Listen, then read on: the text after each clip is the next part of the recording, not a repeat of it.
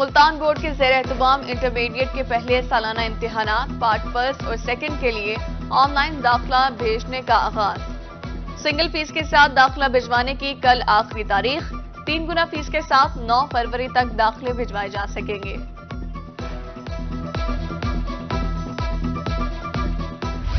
Tayyip Erdogan ہسپتال مظفر گڑھ میں کلب فٹ بارے تقریب، ڈپٹی مینیجر سعدیہ احمد کا کہنا تھا 35 ٹیڑھے پاؤں والے بچوں کا علاج مکمل کیا ہے، ہمارے پاس ملک بھر سے کلب فٹ کے مریض آتے ہیں۔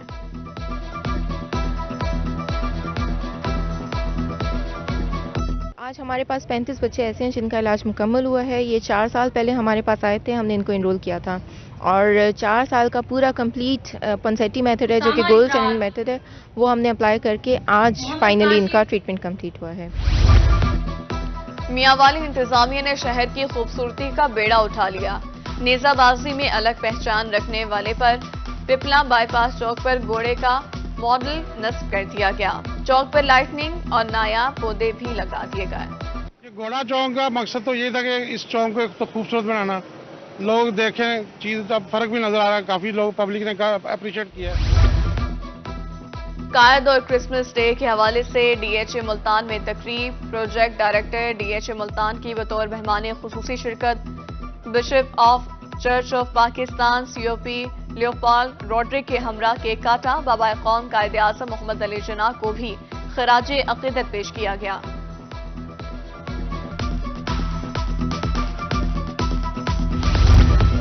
Multan SOS Pakistan inter villages کا کرکٹ ٹورنامنٹ فائنل میچ میں CPO صادق ڈوگر بطور مہمان خصوصی شریک، کھلاڑیوں میں ٹرافی اور میڈل تقسیم کیے، SOS ولیج کی انتظامیہ کی کاوشوں کو سراہا۔ اور لیا میں قائد اعظم ڈے کے حوالے سے blind cricket tournament, sports complex میں کھیلے گئے فائنل میچ میں فیصل آباد نے لیا کو شکست دے دی، ڈپٹی کمشنر خالد پرویز نے کھلاڑیوں میں انعامات تقسیم کیے۔